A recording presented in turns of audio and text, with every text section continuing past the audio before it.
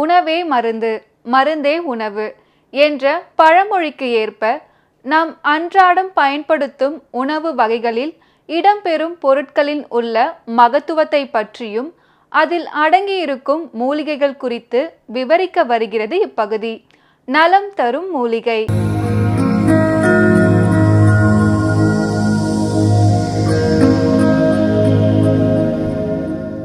மக்கள் வணக்கம்.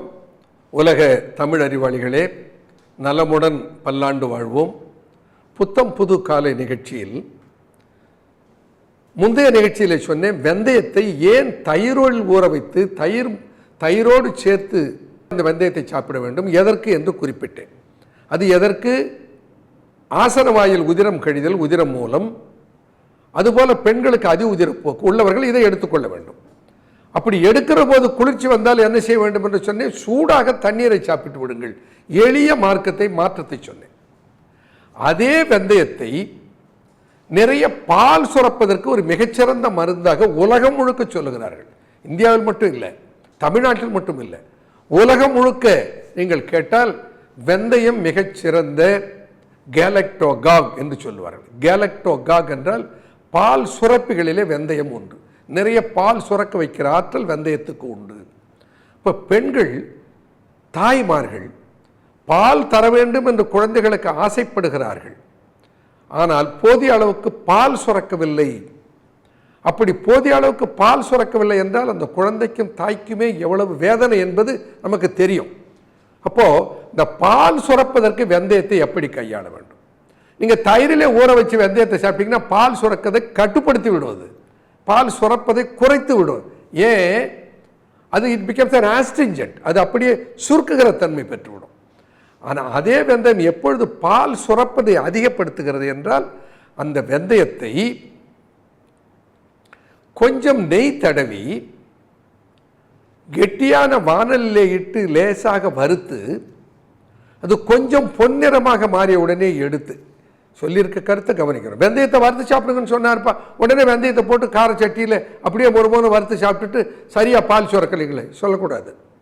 ஒவ்வொரு சொல்லும் மருத்துவத்தில் முக்கியம். ஒவ்வொரு கருத்தையும் நீங்கள் தெளிவாக காதில் அதை வாங்க வேண்டும். வெந்தயத்தை கொஞ்சம் லேசாக பசு நெய் தடவி, மிக முக்கியம், பசு நெய்யை அதன் மேல் அப்படி கையில் கொஞ்சம் நெய்யை தடவிக்கிட்டு வெந்தயத்தை அப்படியே புரட்டுனீங்கன்னா அந்த வெந்தயத்தின் மீது நெய் பூசிக்கொள்ளும். வெந்தயத்தை ஊற்றக்கூடாது. வெந்தயத்தை ஊற்றினால் அந்த வெந்தயம் நமக்கு சரியாக பக்குவமாகாது.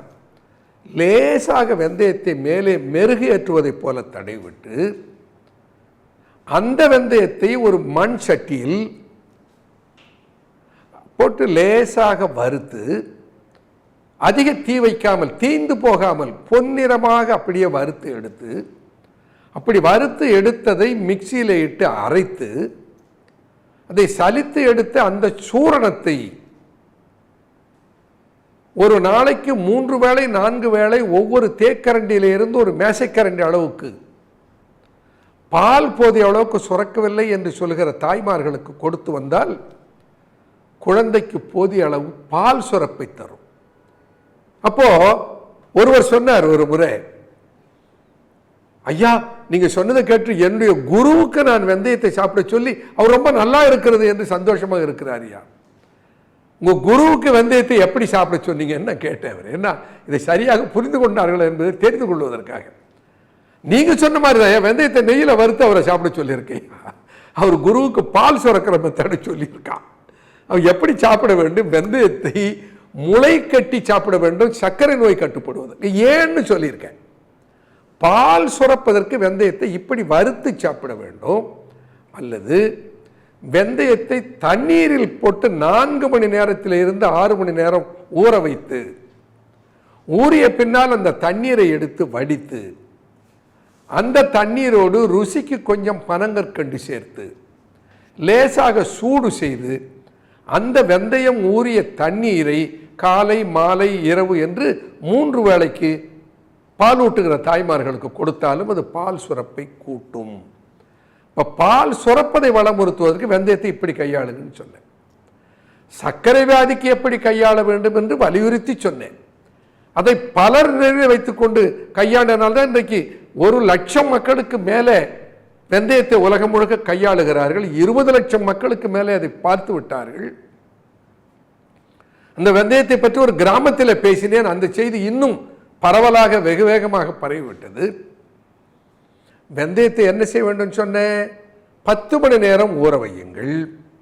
ஊற வைத்து தண்ணீரை வடித்து விட்டு நன்றாக ஈரம் போக வடிக்க வேண்டும். ஏன்? இல்லைன்னா அது அழுகி போயிடும். நீங்கள் முளைக்குன்னு பார்த்துருப்பீங்க, அது குழகுன்னு அழுகி போயிடும்.